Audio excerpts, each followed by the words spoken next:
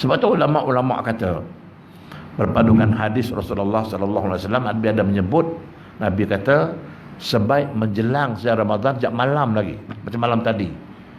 Jatuh matahari kemarin jatuh matahari kemarin, Allah bajet pahala sepadat-padat penuh antara langit dengan bumi.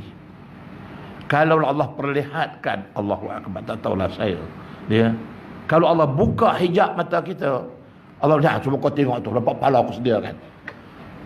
Pahala yang disediakan itu sepadat-padat, sepenuh-penuh antara langit dengan bumi, untuk direbut oleh orang-orang Islam yang beramal ibadat pada malam itu. Memang tadi lah.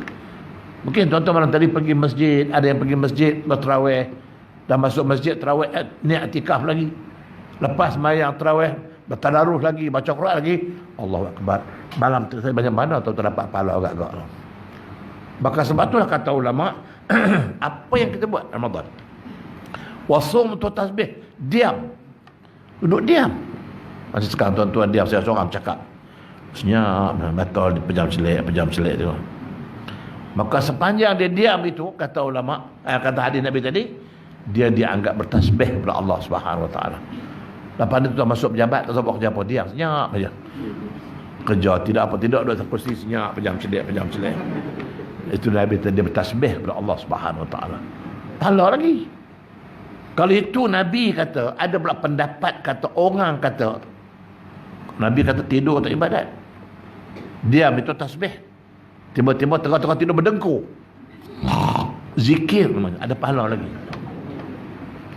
Itu nak cerita hebat bulan Ramadan, bulan kita. Maka sebab itulah kesimpulannya, intisarinya, kata ulama, Ramadan datang membawa dua misi besar.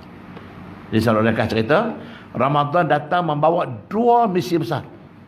Kita cakap benda-benda lain lah. Yang pertama sekali, misi pertama ialah nak bagi peluang kepada kita untuk nak kumpul sebanyak-banyak pahala. Allahu akbar. Inilah peluang kita tuan-tuan. Kalau di bulan-bulan lain kita beramal ibadat, kita bagi sedekah, kita kata sedekah. Allah sebut dalam firman-Nya, man jaa bil hasanati falahu asyru amsalihha.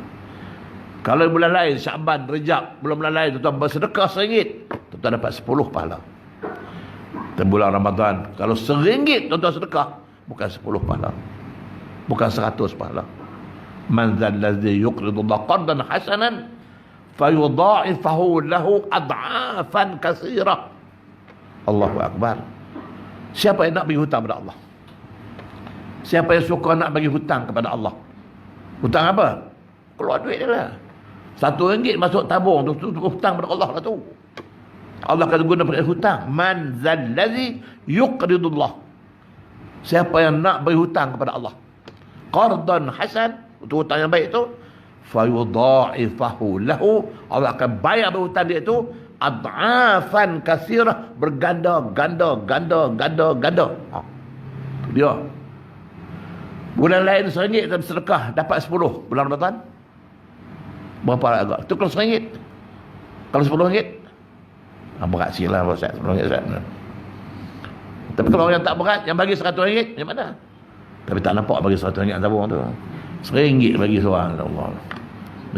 Tak apalah, tapi Allah bayar balik agak banyak lah. Itu nak cerita Ramadan peluang untuk kita menambah, mengumpul sebanyak-banyak pahala. Bila kita berjaya mengumpul banyak-banyak pahala, akan bagi dua faedah pada kita.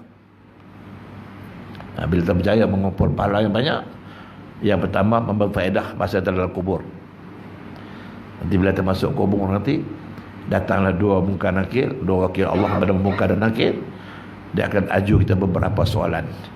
Bagi orang-orang yang banyak mengumpul pahala, yang banyak beramal ibadat, bila masuk kubur datang munkar nakir, man rabbuka?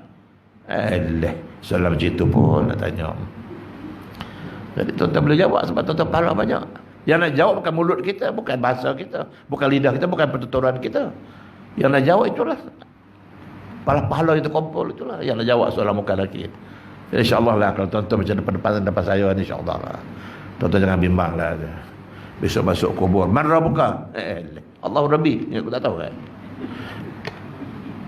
Ditanya soalan yang kedua kita jawab, yang tiga jawab, keempat semua kita jawab.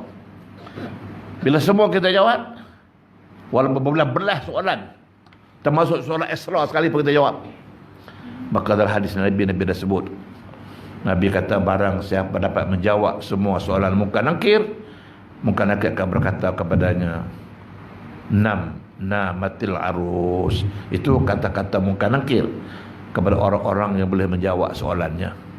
Apa makna dia? Tidurlah anda seperti mana tidurnya pengantin.